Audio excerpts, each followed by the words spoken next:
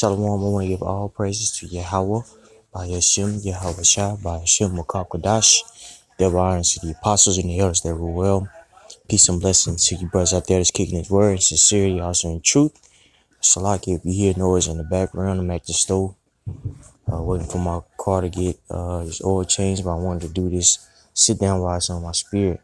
What you just seen is people in Greece protesting about Merkel, the prime minister, coming to their country, and the reason why is because Greece has been in under austerity laws since 2010. Basically, that's austerity laws are made to cut back on costs that the government has. So anytime you're trying to cut costs with a business, one of your biggest expenses is going to be labor. So that's what you always want to keep at a bare minimum. So what's going on is you have a lot of those government workers, they're working at a set rate, mandatory overtime, and they're not getting paid as much as they used to, man. So, that's a possibility that we could see that here, if this economy goes, keeps going in the manner in which it's going. It wouldn't, honestly speaking, wouldn't make sense for them to keep adding these quantitative easing measures, because it's just doing nothing but adding more and more debt in which you're not going to be able to get out of. You're not going to be able to get out of these debts. Let's say, for instance, if you have a business and you owe $5,000 to the bank, and so due to expenses, whatever, you're still short $3,000. So you go and get another loan to pay off the loan that you already had. A loan of $6,000. Well, you just add on debt on top of debt, and you see, and that might not be necessarily I said 11,000. You see, but it's still more debt than what you originally had. And so what Greece did was, we're going to stop all this. We're going to stop all this spending, and we're going to try to cut spending down to 38 billion. So as you know, a lot of cuts had to happen, man. Okay. So now this is a Greek austerity packages. Now this is, it has various packages. I'm gonna read one from 2010, 2011, and I'm gonna jump to 2017, so we can kind of get an idea of what a Greek austerity package is. So this article details the 14 austerity packages passed by the government of Greece between 2010 and 2017. These austerity measures were a result of the Greek government debt crisis and other economic factors. All of the legislation listed remains in force. And you see that going on now. You see that happening now. You see who's in a debt crisis? We are. America is trillions of dollars in debt. I think it's like 21 trillion, over 21 trillion. So it wouldn't be smart as a business manager to keep on accumulating debt. You have to cut it off. You have to pay back some of this debt. You see what I'm saying? You see? So I strongly believe that this whole wall ordeal is really it's really a smoke screen for what's really going on. What's really going on is, I believe that a state of emergency is about to be issued out, and we're about to see austerity laws. Now, I'm just speaking as a man. I could be grossly wrong, but there's similar things going on over there, in Greece that's happening here. Economically speaking, and one of the biggest things is that debt. You see what I'm saying? So anyway, these austerity measures were a result of the Greek government debt crisis and other economic factors. All of the legislation listed remain in force. So now this is in 2010 February. So first austerity package. And it says the first austerity package was the first in a row of countermeasures to counter the Greek uh, government debt crisis. It was approved by the Hellenic Parliament in early 2010, which Hellenic is alluding back to Greece, the Greek culture, the Greek life. The purpose was to reduce the budget deficit. These measures preceded the first economic adjustment program for Greece, known as Memorandum. It emerged after the promise of the Greek Prime Minister in the World Economic Forum of Davos, Switzerland. He promised that he would take measures to cut the deficit. The package was implemented on the 9th of February 2010 and was expected to save 0.8 billion. It included a freeze in the salaries of all government employees. You see that? A 10% cut in bonuses, as well as cuts in overtime workers, public employees, and work-related travel. You see this? All that was cut, and you see that going on now. They're trying to cut down. You know what I'm saying? You see that going on now. What you see? Now am I calling it that we are in these austerity laws? I don't want to jump the gun and say that, but you see that things are slowing down, and a lot of that has to do with this economy, man. The Fed's raising the interest rates, things of that nature, man. So it's getting more tighter financially speaking. The second austerity package was approved by the Hellenic Parliament in March 2010. On 5th of March 2010, amid new fears of bankruptcy, the Greek Parliament passed the Economic Protection Bill, which was expected to save another 4.8 billion.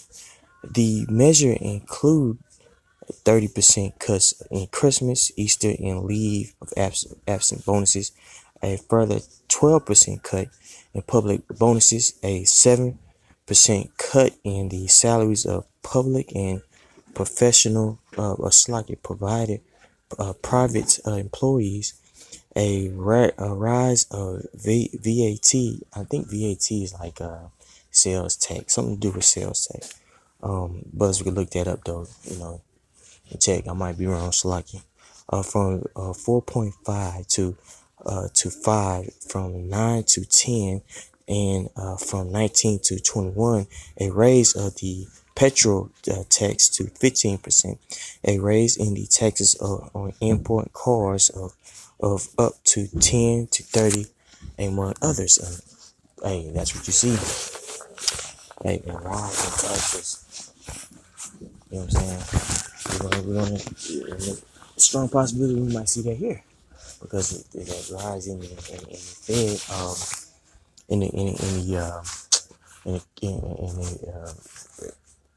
Fed, the Fed's increasing the interest rates.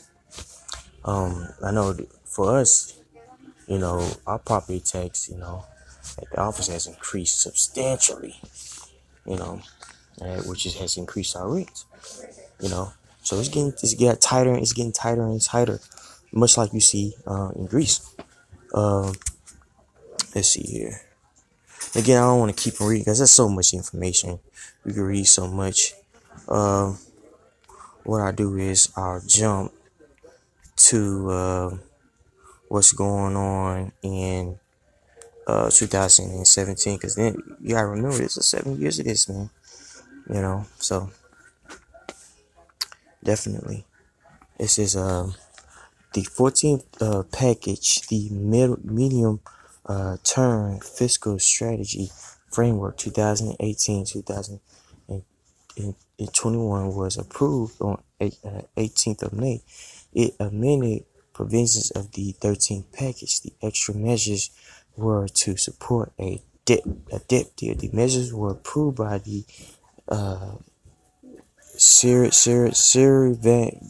Vanel Coalition with 130, 153 votes. Let's see here. Let me slow down because I'm a bit excited about this information. Let's see.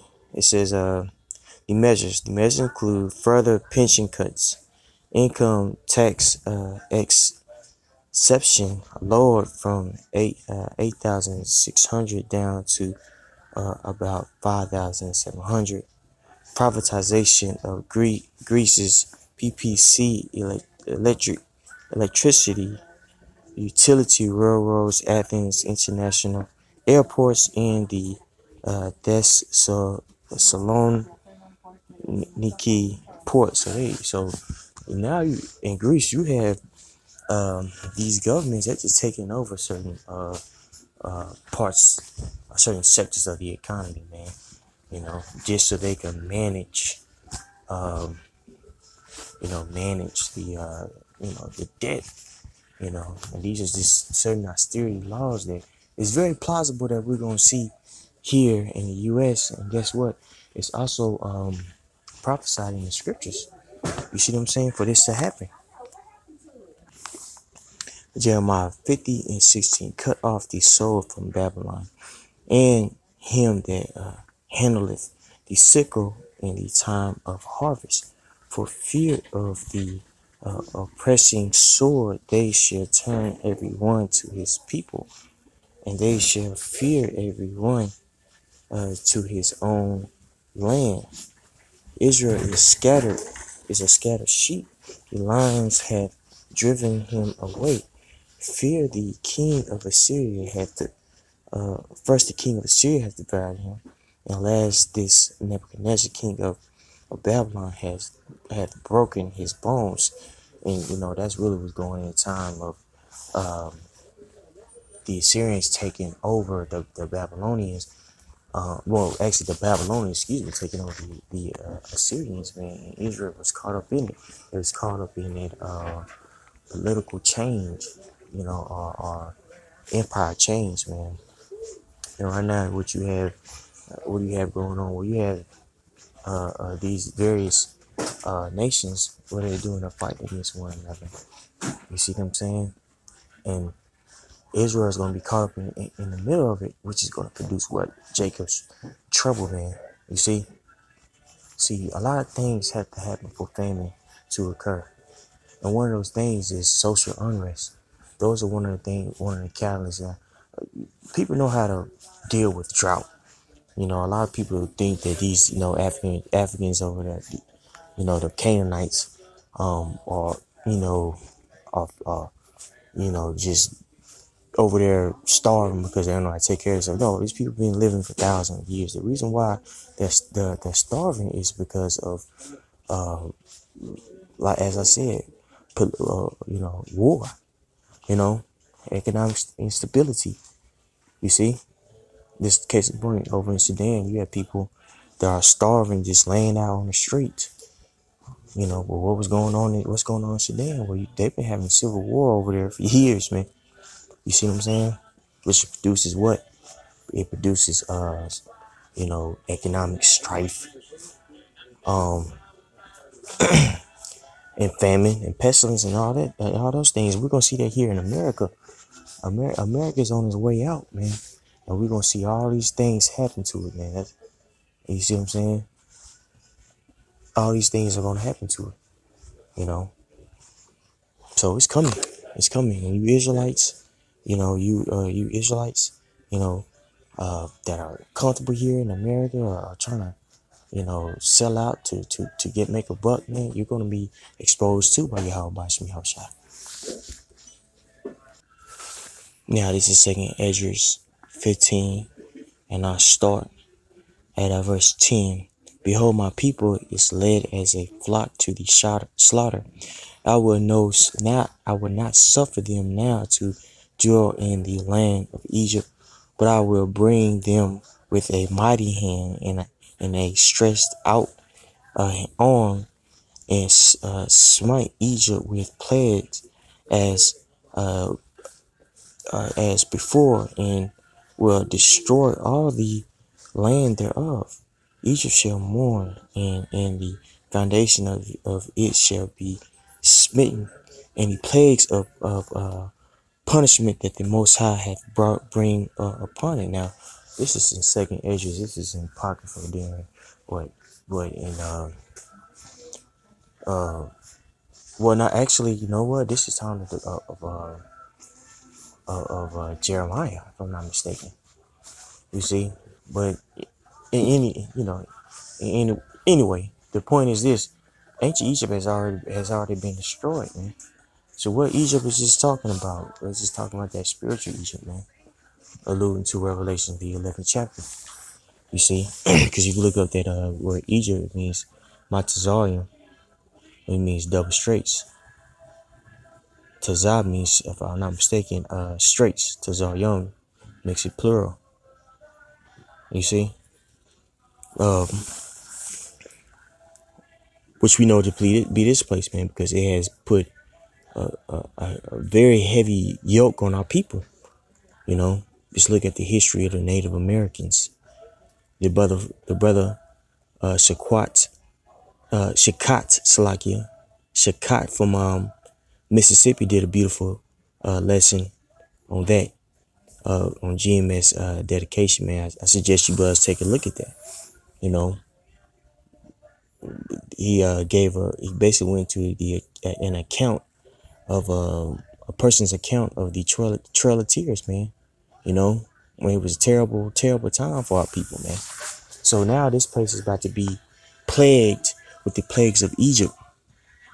You know, once again, man. You know, because why? Well, it put its hand on the children of Israel. You see? But let's read again. Back in verse 11. But I will bring them with a mighty hand and a stretched out. It's like where I will bring them with a mighty hand and a stretched out arm, and smite Egypt with plagues as before, and will destroy all the land thereof. Egypt shall mourn, and the foundation of it shall be smitten with the plague and punishment that the Most High shall bring upon it. They that till the ground shall mourn, for their seeds shall fell through the blasting and hail, and with a fearful constellation. You know, woe to the world and them that dwell therein. That's right. So it's about to be a bad time out here, man. You see, we'll jump down to verse 16. For there shall be sedition among men, and invading one another. They shall not regard their kings, no princes, and the course of their actions shall stand in their power. And you know, we're seeing that on a very small level. You see these clashes that we've been seeing with Antifa against you know, these white nationalists in Oregon. You know, they're not regarding the police. They're going at it with one another. People are actually fighting.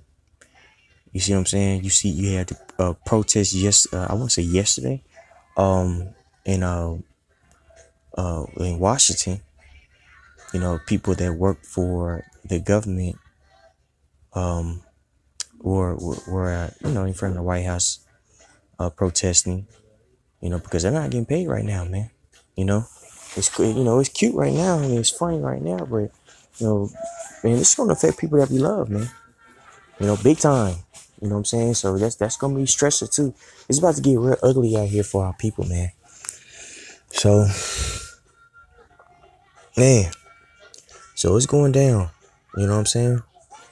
Verse 15, for the sword and their destruction draweth nigh, and one person shall stand up and fight against another, and swords in their hand. For there shall be sedition among men, and invading one another.